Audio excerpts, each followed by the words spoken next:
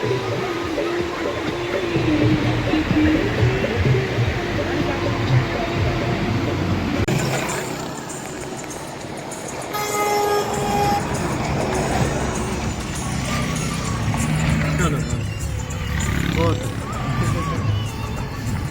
सही है, वैसे अंदर का भी निशाना दिया है। अंदर का भी होना चाहिए ना भाई जी। सही बात। हाथ हिला दे कैमरा सारे हाथ।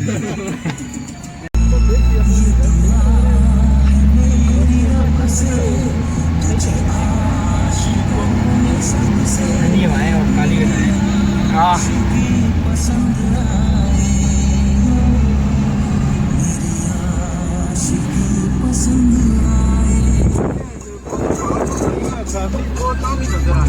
फैमिलीज के लिए आंसर फॉरेन की जगह है फैमिली।